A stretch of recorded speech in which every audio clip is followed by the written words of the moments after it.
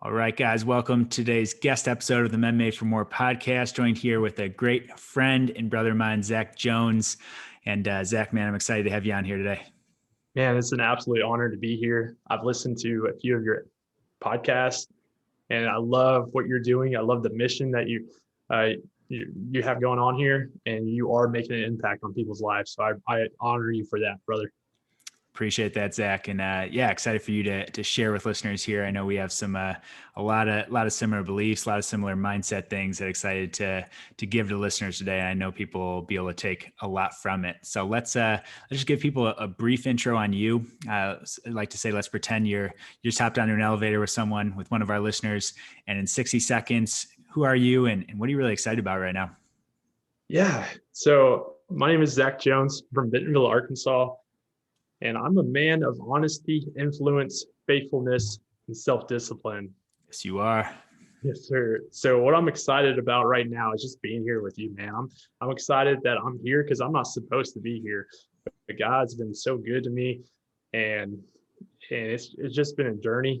And so what I do for work is I work with realtors all across the country who sometimes struggle with the fact that they may not be getting compensated as much as they could or should be by their current real estate brokerage.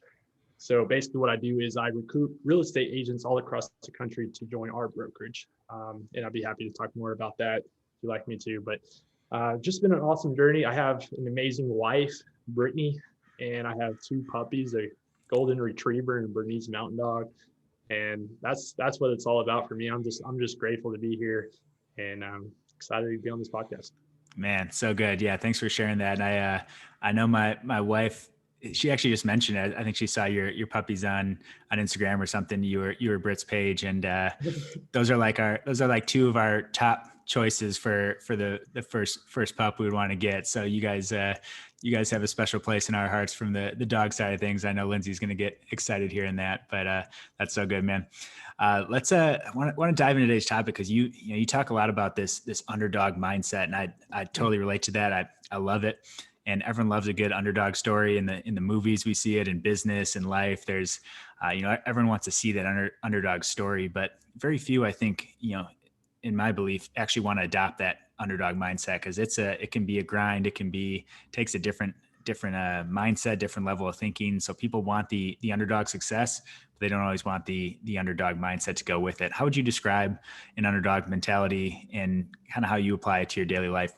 Yeah, absolutely. Well said. My dad always said, he's an HVAC guy, he does the air conditioning, and I would work with him and you come to him with any problems. And he said, I don't want to hear that. I don't want to hear about the labor pains. I just want to see the baby. That's really the truth with the underdog story. It's the underdog story. They want to see the outcome of everything, but they don't want to see all the work that goes into that. For me, I was a kid that grew up really, really shy, super shy. I grew up with speech problems. I was dyslexic. I didn't know that until after I graduated from college. That's a crazy story. But I had a 13 on my ACT. They told me I would never go to college. I was really obsessed with sports, loved basketball and football. And I was told I would never play college sports, and had the opportunity to not walk on. I got a scholarship at an NAIA school out of Springfield, Missouri.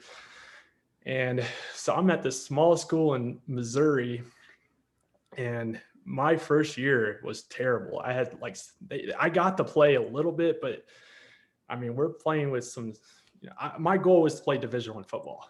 And I'm literally playing at this NAIA school in Missouri. I had 6 or 7 tackles. My goal was to get there, go there for a year or two, and then go play Division I football.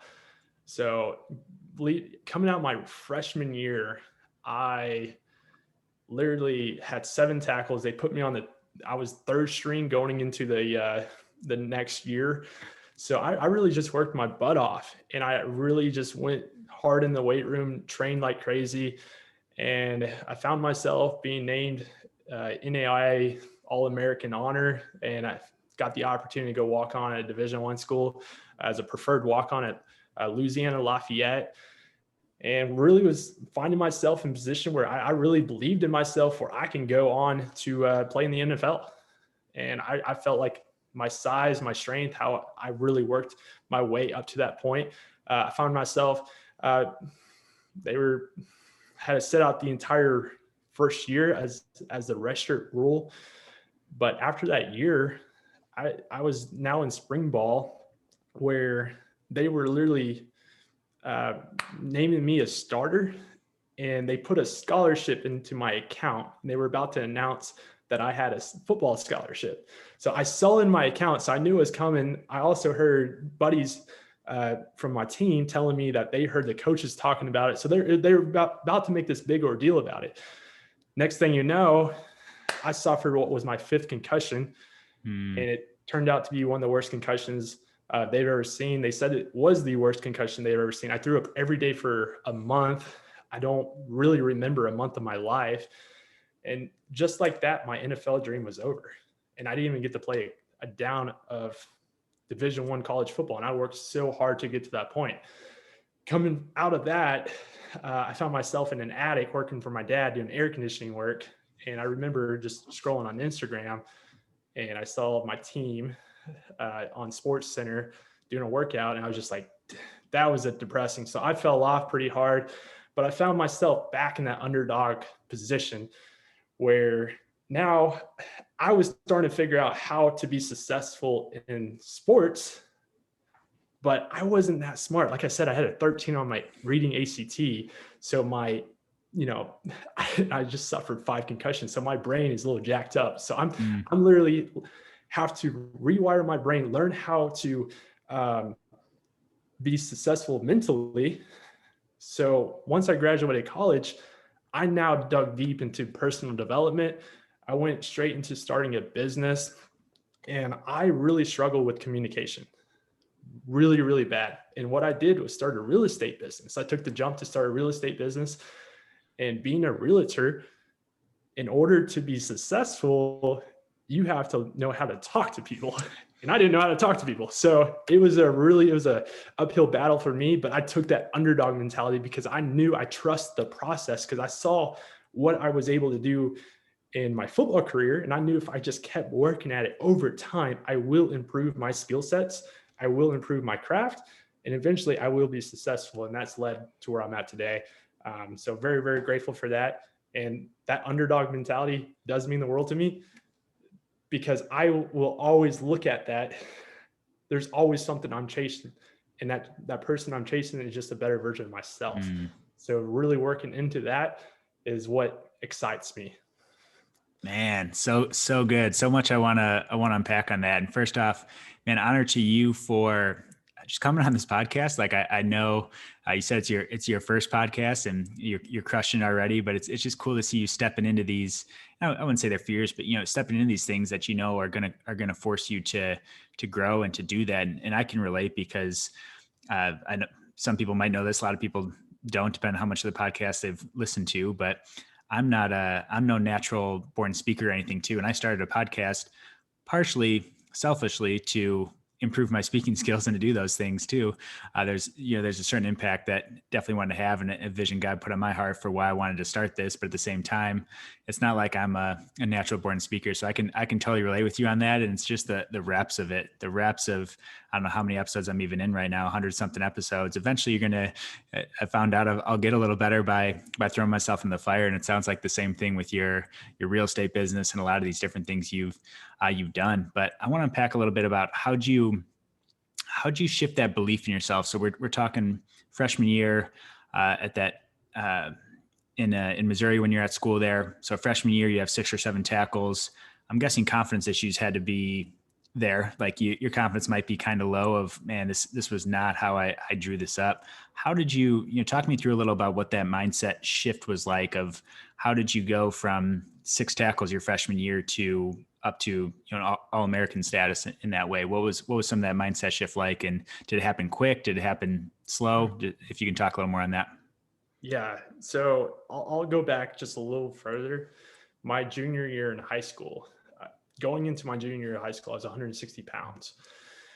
by the end of my senior year, I was 200 pounds. So I really was working like crazy, but I was so far behind because I also ran I believe it was on record 5.240.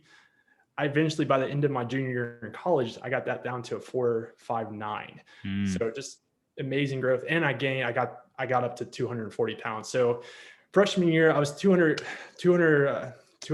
pounds, 210 pounds. I'm also playing linebacker. So for a 6'4" dude at 200 pounds, it's really not that heavy. So I knew I had to put on weight. So going in that off season, I was just super, super intentional. Um, every night I went to bed at 8 o'clock, got plenty of sleep, worked out twice a day. By the way, that first semester, had a 1.69 GPA. They told me if I sucked the second semester, I am out. So got really intentional about the academic side of things, surrounded myself with the right people. And that really, over a course of 3 to 4 months, I was able to pack on 25, 30 pounds just because I was outworking everybody. And spring ball, I just got very, very intentional in studying film. Just did things I never did before, and just really dug deep into the improving my craft. And over, a course of a year, I got awarded for the hard work I put in.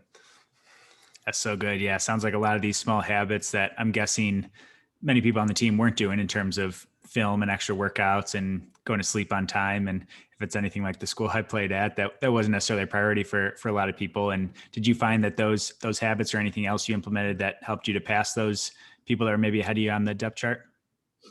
Yeah, absolutely. I passed everybody on that chart, and there's honestly guys that on the team that I looked up to, who I saw doing the right things, and they were getting, being named all conference and all that stuff. So I really found myself leaning more towards those guys, following their directions, seeing what they were doing. Also, just going up to the coach and ask them, like, how can I be great? What do I need to do to be great?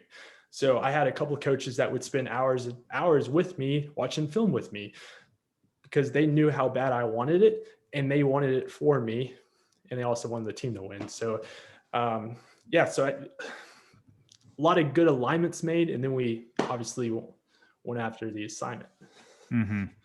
Yeah, that's so good. The power of just being able to ask that question. I think a lot of people are either intimidated or they think maybe the person we're asking the question to doesn't want to hear that. They don't have time for that. But just the power of asking that, whether that's in a sport, whether that's in your job of going up to a boss or to someone you look up to and being like, hey, like how can I improve? How can I do better? Where'd you pick that up from? Is that something you always had, or is that something you kind of intentionally got somewhere and started implementing? That's a good question. I'm not completely sure, but I will say, like, I was intentional about asking for help, and it's not just asking for help, but taking the action after Mm, that. So when someone gave me advice, I would actually do what they told me to do. Just like you mentioning how you were nervous starting this podcast. This is my first ever podcast. I mentioned, communication. That's a skill I've been working on for some time. But this year, I'm looking at this year as I'm playing left-handed. It's meaning in basketball terms, so I was a dominant right-handed, meaning I can do anything with my right hand. Now I'm going over to my left hand this year. Basically, what I mean by that is I'm working on being comfortable with being uncomfortable. Um, I know I kind of got sidetracked on that that's good. question, but yeah. So it's little things like that. So I would say that second semester of my college year, that's when I started leaning on those little habits of being uncomfortable doing the things that most people aren't willing to do. Um, but you always got that small percentage that are willing to, and those are the people that really do stand out in the long game. Mm-hmm. Man, so good. Yeah. Getting comfortable, being uncomfortable. That's something we can all use, not hang out in our comfort zones and what feels good. Complacency. And I say complacency is the enemy. And if we're good with good enough, then that's gonna plague us.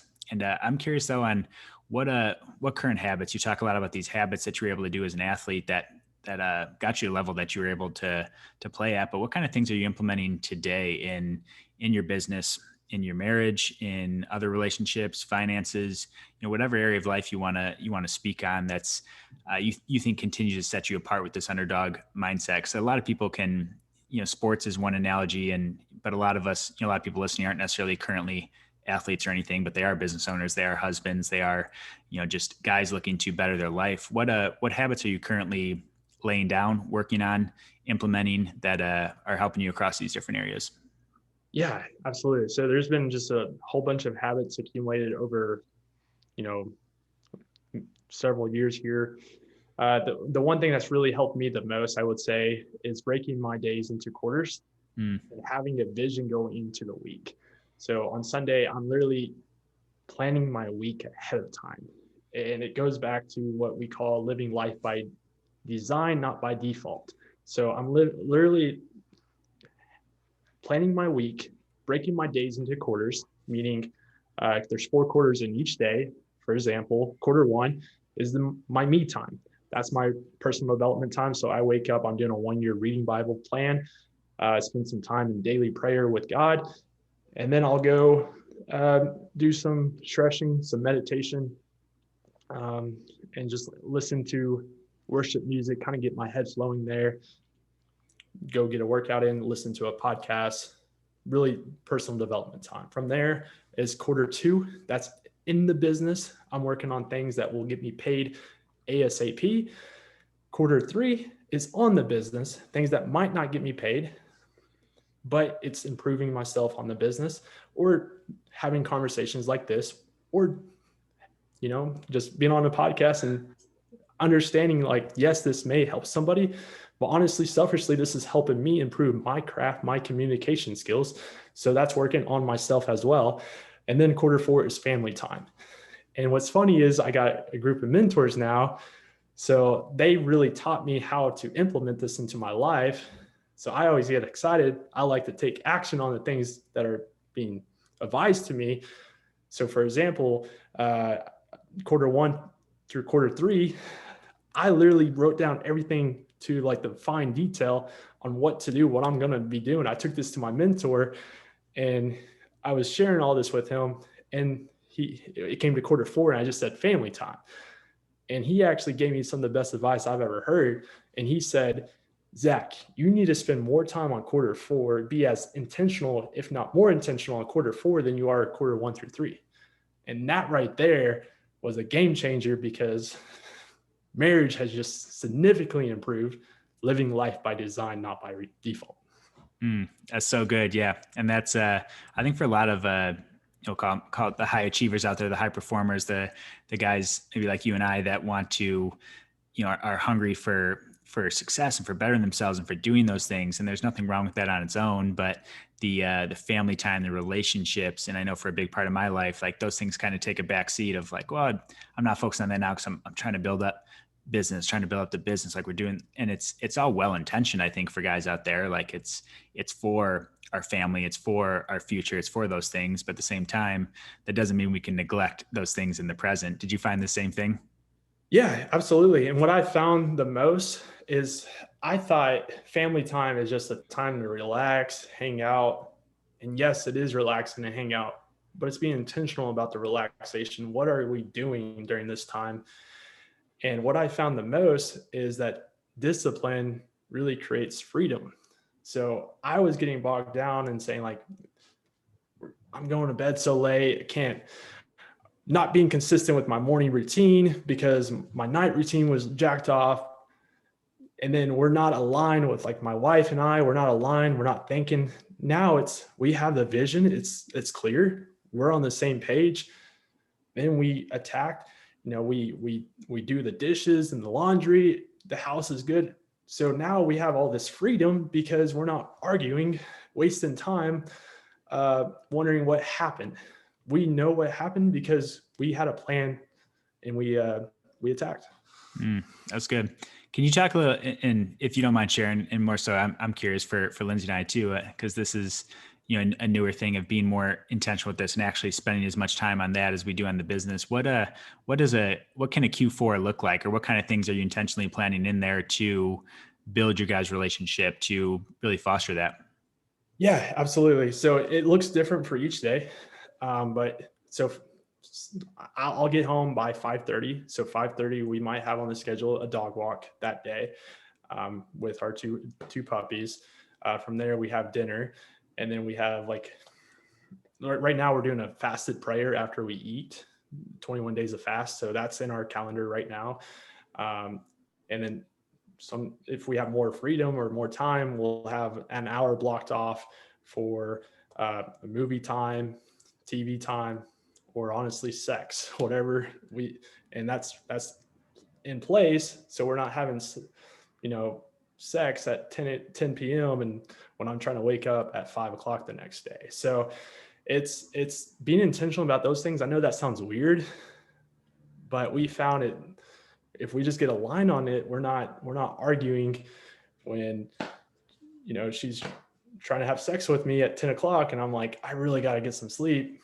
But and so now it's like we're on the same page. I know that sounds weird, but that's really how far you would like to go with it, because it really can change everything for you guys. Yeah, no, I appreciate you sharing that and being open about it, because it's, what it sounds like. It's just a lot of clearing clearing out the expectations that I think, Lindsay and I talk a lot about. Our expectations can get us into trouble, because if there's expectations on one end, and she has expectations, I have expectations, whatever area of our life it is, that can be in our intimacy, that can be in our travel, that can be in our finances, that can be in our work, like wherever that is. If we're telling different stories within our own head, but they're not getting out there together, then that's where a lot of butting heads can happen. That's where a lot of, well, I expected this, but this didn't happen. And I'm guessing you found that clears a lot of that up. Yeah. And Bill Belichick, he's one of the coaches I love looking up to. One of his favorite lines is do your job. So for Brittany and I, we have literally on our refrigerator what our jobs are. So for like Monday through Thursday, I have to get the dishes done by 8 o'clock, and I have to vacuum Tuesday, Thursday, and we literally set roles for ourselves. So we're aligned. So because for us, cleaning the house became an issue because she's trying to build a massive business. I'm trying to build a massive business. And then we're trying to clean a house together. It doesn't work unless you know what your job is. So we understand each other's roles, and very intentional. And we're talking through it. So it's like, is this what you want to do? Okay. If you don't, let me take care of this, and then vice versa. So Yeah, that's good. I have an honest, open question for you here. For those, because I love that you guys go all in on this, and it's like, yes, here's what we're going to do. We're going to be very intentional about it. We're going to lay it out. You guys are on the same page. What would you say to someone who thinks that sounds extreme, or maybe isn't quite ready to go all in on it? Maybe their spouse isn't. Maybe they are, but their spouse isn't.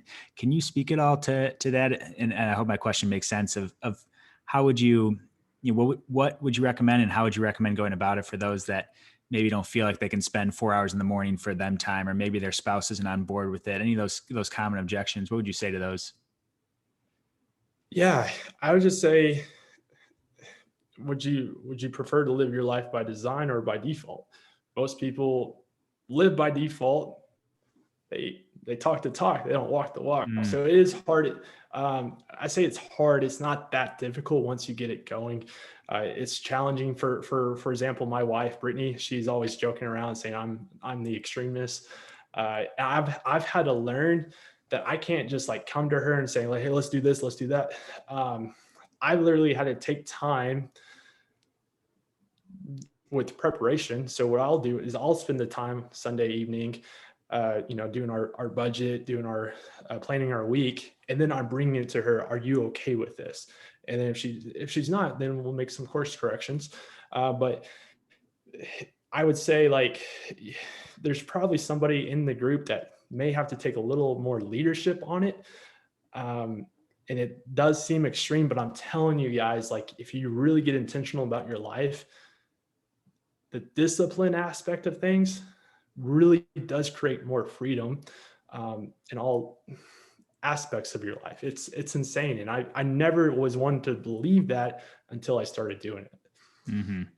I can attest to it too. And I love the discipline creates freedom because people think discipline and routines and some of these different things creates too much rigidity, too much structure. And it's not that you're planning out every second of the day and being a robot. It's just that you're creating enough structure to it to allow you to operate as your best. And that's could be operating as your best in your personal time, in your workout. That could be with your in your marriage, that could be in your business, but creating that structure that allows you to not have to spend half the day thinking about like, oh, well, what should I be doing now? Or what can I be doing to make my relationship better? It's like that stuff's already in there by design. So man, that's really good. Oh, go for it.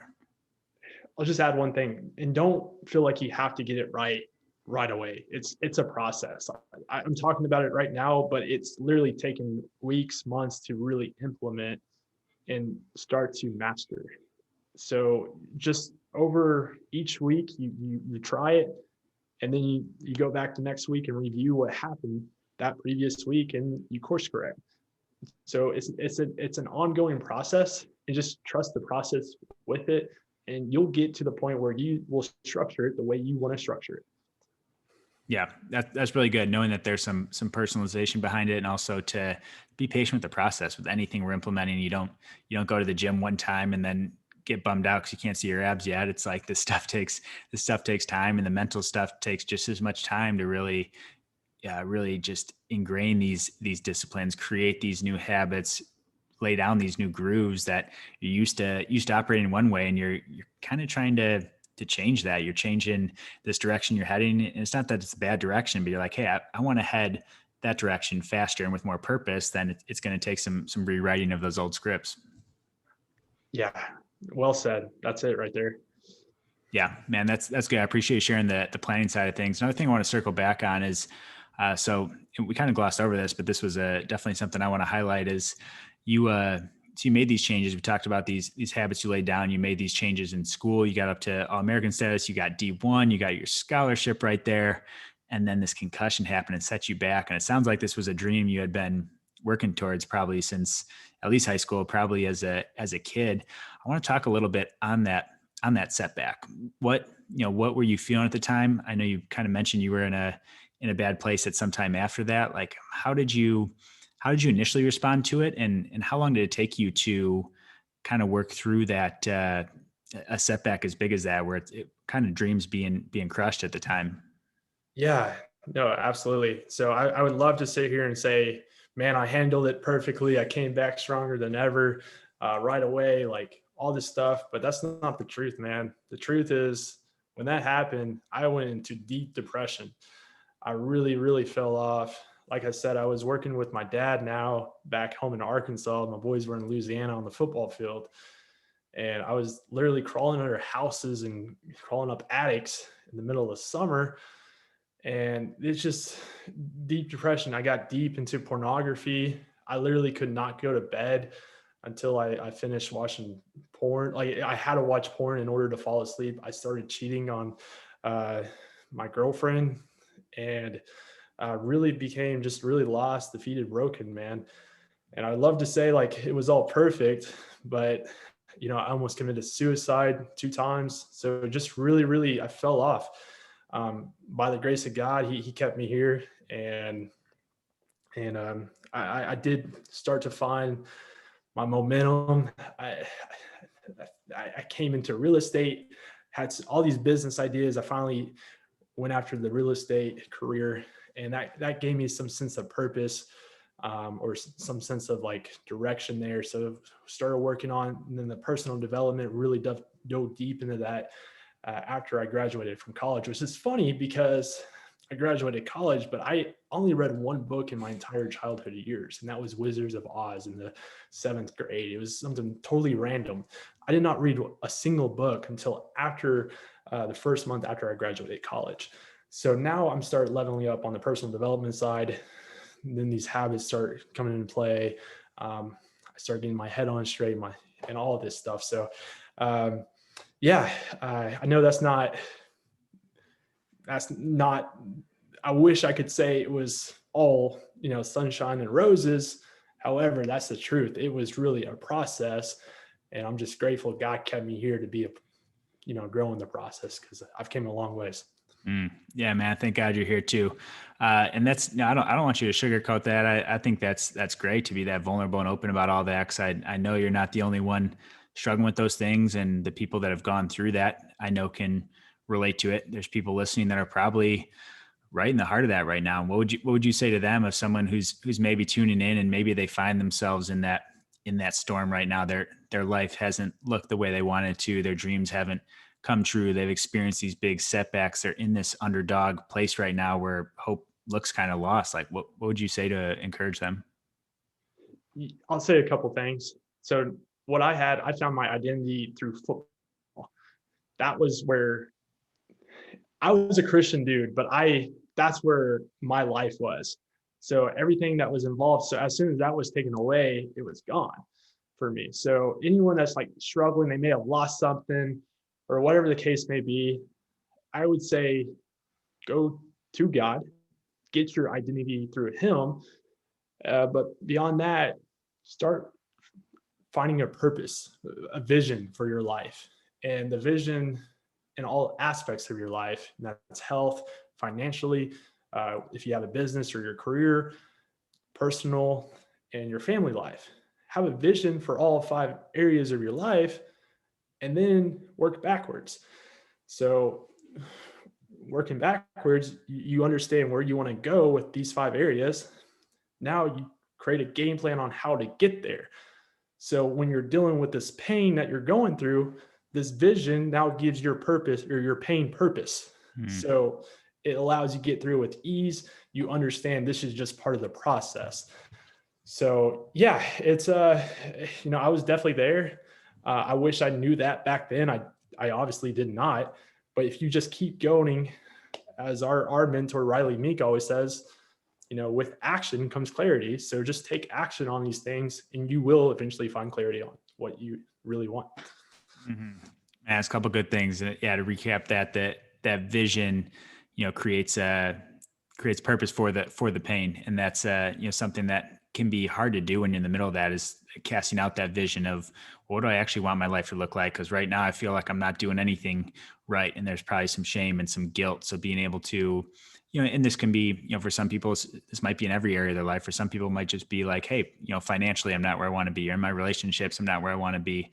This doesn't have to be your life crumbling around you, and to cast out that vision of say, how do I want this to be? You might be crushing 4 of the 5 areas, but you're going to have to be intentional with that one area that's the one that's struggling to come along with, to really see some true change in that. So I love it. And then once you have that vision, though, it's what's the next step? What's the one step at a time? What's the next thing you can be doing to reverse engineer that and start making progress towards it?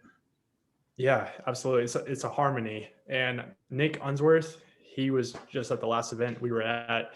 He really had a good 5-step plan. It was, number 1, have that vision. Number 2, make a declaration saying by X amount, or by this date, I will be this place, right? So, and then number 3, he would write a letter in that present sense that he was already there. And he's basically just writing a letter of himself. So he's literally in his subconscious brain is really getting this deep down. And number 4, which was my favorite, was find resources and resource up. Basically meaning if you have a vision, like for example, I have a vision to have 20,000 agents under my umbrella. I'm far from, I don't even have a fraction of that right now, right? So, but my vision's there. I have a declaration that I'm going to get there before I'm 30. The letter, right? Now my resources. How do I do that? So now I have coaching being poured into me, teaching me how to get from point A to point B, and then to get to point C where 20,000 agents are, right? So you use those resources because you just have to have the visions. You'll figure out on the how to, because you'll get connected once you make the declaration and people understand where you're trying to go, because there are so many people out there that are willing to help you get where you're trying to go if you just explain to them what your vision is, right? I hope that makes sense. It makes sense to me, and I think that's great. And people can rewind and listen to that again, because that's some great nuggets of wisdom right there. And that comes back to the same thing, like you asking your coach of, hey man, what can I do to get more playing time? What can I do to be the best? What can I do? That's exactly what I hear you saying with the resource up. It's if we don't ask, if we're afraid of people judging us, or what are they going to think, or what if they say no? Like those things might happen, but those things are outside of your control. If you put it out there, you never know though, if that one person can come along that's like, hey, I'm looking for something, I'm looking to help someone like you, or you don't know what kind of resources they have that can help really take you to that next level. Yeah, absolutely. And there's so many people out there, and I was one for a while where they don't really buy into the coaching. They don't believe in all that stuff. Guys, Michael Jordan had a coach, man. Tiger Woods had a coach. The best of the best to do it. If you look at around in any industry, the best are getting coached on how to be the best. So if you're on that fence, I'm like, man, I don't feel whatever. Understand if you want to be the best at whatever you do, it's probably smart to get the proper mentors in place to get you there. Yeah. I know all the professional, all the people you look up to out there that are doing it have some degree of coaching, the mentorship, the right community around them.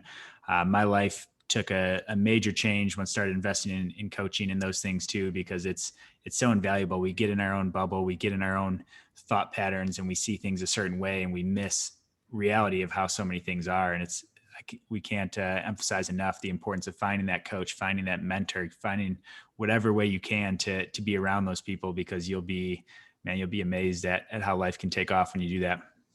Absolutely. Absolutely. I want to circle back on one more thing on your story. So the injury happened, dark place, got out of it through real estate and through personal development. It sounds like those were a couple of big things where you started to find some purpose. But I also know you mentioned your faith a couple of times. You mentioned living lukewarm, maybe being identified as a Christian, but not quite being there. When did your faith really come into play? Because I know how passionate you are for it now.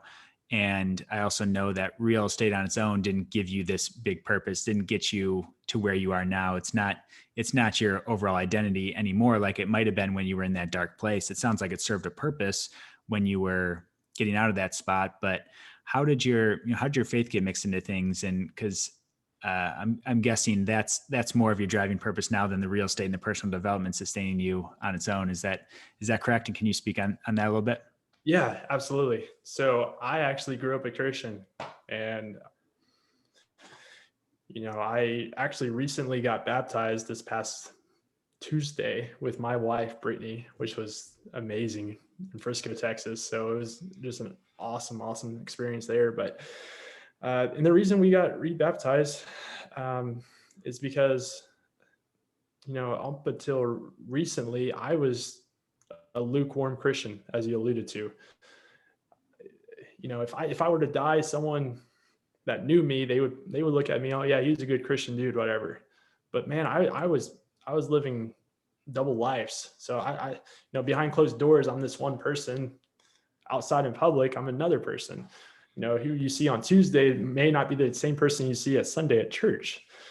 So I've literally had to get to the point where, I want to became this person where the person you do see on Tuesday is the same guy you see on Sunday.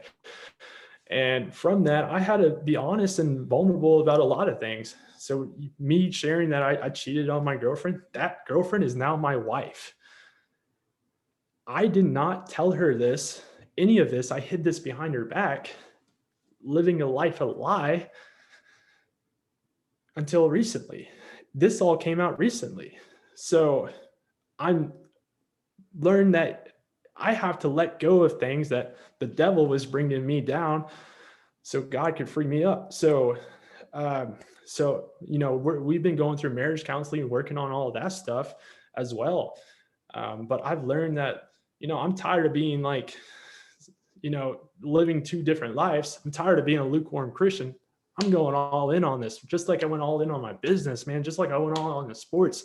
It's time to go all in on faith, because that really, at the end of the day, that's really all that really matters. So, yeah, man. Man, so good, man. Yeah, that's awesome to hear you guys got baptized and working through those things. And I can imagine how how hard that's been. And I don't want you don't need to get into the details of it, but I just want to honor you for like being able to address that and get past that. Because I know a lot of guys can hold on to that stuff for years and for a lifetime, and it creates this lack of authenticity of being able to show up as who you really are. You feel like you have to put on this front, or this you're not being genuine because you never know. I have to perform this way in certain situations, but perform this way in certain situations, and can't say this then, versus the freedom that comes with just being able to live as you are. And the great person you are, for anyone listening, is that's a freeing thing. And I appreciate you being an encouragement for guys listening. Absolutely. And it is 100% a freeing thing. I literally read this morning in the Bible, you can be a slave to sin, or you can allow God to free you. And you hear about it, whatnot. But when you really, really get vulnerable and you really allow God to free you, it really does feel like chains came off and all that stuff is being removed. Obviously, we're still being smart, going through a healing process, but I couldn't imagine doing this without God. He's literally, it's still a process, but he is fast tracking the process for us. And I'm so, so grateful for that. And it was radical being baptized together, making that adult decision together. Man, I can't wait to see what our marriage looks like in 30 years from now. Mm. Because we're only Yes, going up, bro.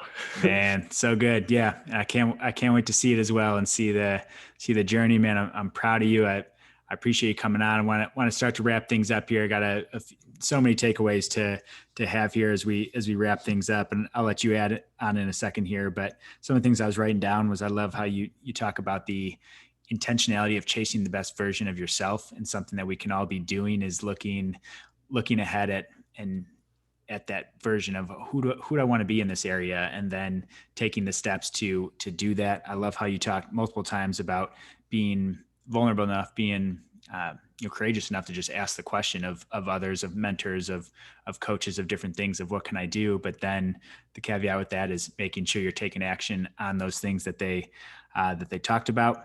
And I don't know, I have about 4 other things written here, so I guess I got to pick one of them. We'll go with discipline creates freedom, because that was one that kept standing out to me too, of having that structure in your day can actually free up so many things to be doing and living the life that you want to live. So any big things to add on that, man? Zach, I had a bunch of things written down, but I'm trying to work on my prioritization here.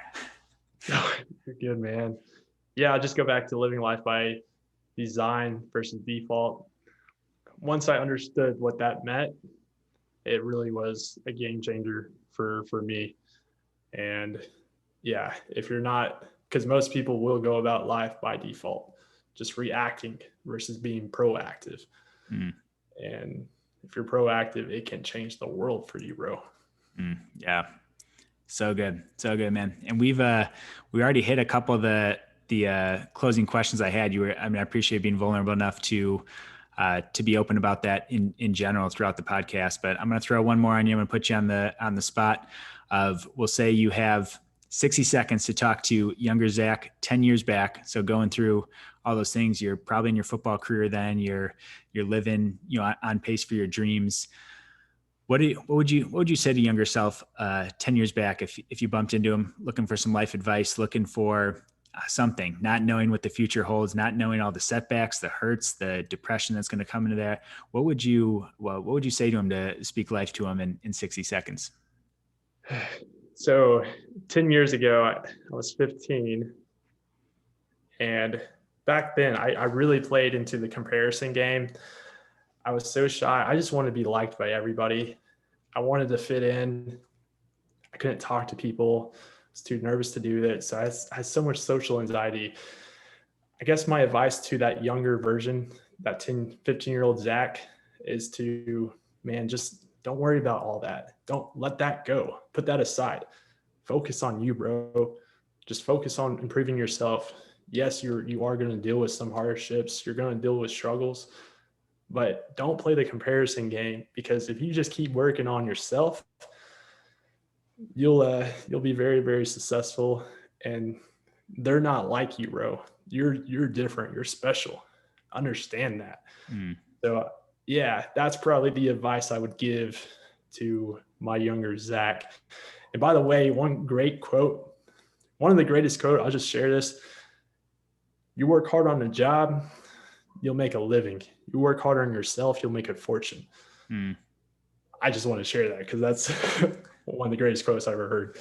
Yeah. Well, speak it to your younger self then. That's awesome. I appreciate you sharing with the audience, man. This has been a blast. I appreciate you coming on. I know first podcast you did great, man, especially with your background. I appreciate you sharing all that. And it's got to be an encouragement for anyone listening in that situation of not having the confidence in the social and in the speaking and the communication and being able to get out there and do it, man. Props to you for getting on here and letting it rip. But as we wrap up here, where can people reach out to you? Where can they find you? Anything you want to say about your business or any of the things that you're working on right now? Go ahead and share it with our audience here. Yeah. So you can find me on Zach or at Instagram at Zach.Jones41. And I'm actually launching a YouTube channel, going back to playing left-handed, being comfortable with being uncomfortable. This is highly uncomfortable for me. I was actually working on this all morning and for a lot of today. And so, yeah, you can find me on that. And I will actually post on my description, my YouTube link here in the next week. So Awesome. Would highly appreciate any subscriptions. Absolutely. Yeah, we can get that linked up in the show notes. But man, brother, appreciate it. Appreciate you. Thanks for sharing. Thanks for being an encouragement. And thanks for coming on today. Absolutely. Thank you, Dr. Dave. Appreciate you, man.